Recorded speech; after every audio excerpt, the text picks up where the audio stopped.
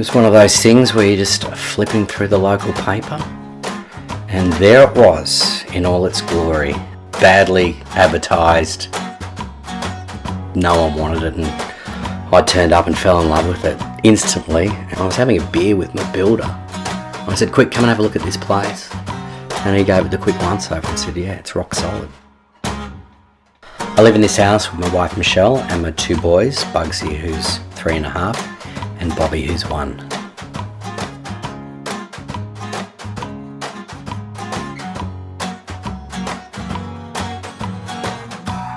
I've always been a collector, and I got that from my father, who's an antique dealer, and what he instilled in me was an interest in the history of where things come from. So I'd like to think that I've made considered decisions about all the things that I've bought, and that I will have them forever.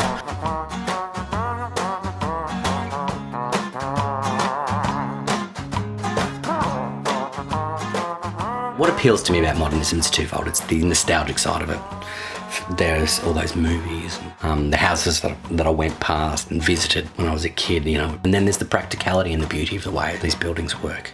Lovely cliches about modernism and the fact that they're machines for living and that they are functional and they're beautiful without being overly decorative, and also the way that it brings the outdoors in, and the walls of glass make us feel fantastic. They make us feel alive. This house makes a lot more sense to me now because it was a house that was built for children, and before I had children it was always lovely, but now there's a different element to it.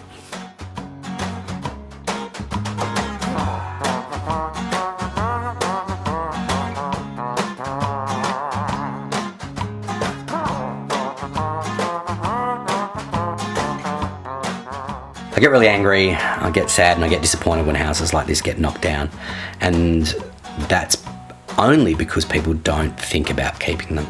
I've been here for so long, and I've never stopped being in love with it, because on some days it sings. It's a work of beauty. It's like living in a sculpture. I'm Tim Ross, I'm a comedian, and I live in Sydney.